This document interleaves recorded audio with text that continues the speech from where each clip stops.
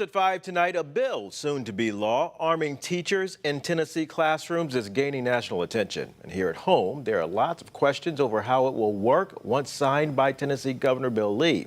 Thanks for joining us tonight, everybody. I'm Rudy Williams. Now, what we do know is that each district can determine if guns will be allowed on school campuses. Our Kevin McNamara is digging into the nuts and bolts of this legislation. But Kevin, what stands out in this legislation is that parents may not know if their child's teacher is armed, right? Yeah, that's right, Rudy. The plan does not require schools to notify parents when teachers and staff are bringing guns to campus. Governor Bill Lee has indicated he supports the idea of arming teachers, but there's still a lot to be settled before the plan would go into practice. A district's director of schools, the school principal, and the chief of a local law enforcement agency must sign off on a staff member's authority to carry a concealed weapon after training. It's just not something that teachers want to do. It's nothing that we are trained. If we wanted to be in the gun carry, we would have gone into law enforcement.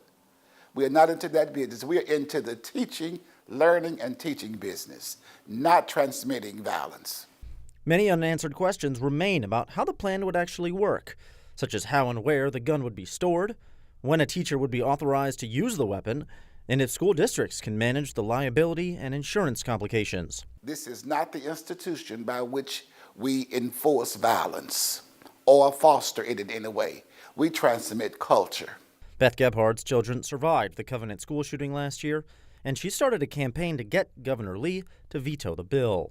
It's not just frustrating, it's appalling. It feels like we're living in some type of dystopia. But some are in favor of the proposal.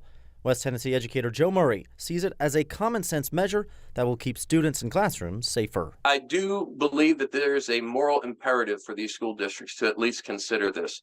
And I understand there are many things at play here, but when it comes to school shootings, this is an epidemic, and we need the ultimate deterrent. Now, we've reached out to the other Memphis area districts to see if they will follow MSCS and not allow teachers to be armed if Governor Lee signs the bill into law. Only Lakeland School District responded so far, telling ABC 24 today they're taking no position on the bill at this time. Rudy? Lots more to come here, Kevin. Thanks a lot. Well, here's a breakdown of how Tennessee House members from Shelby County voted Tuesday on the bill to arm teachers.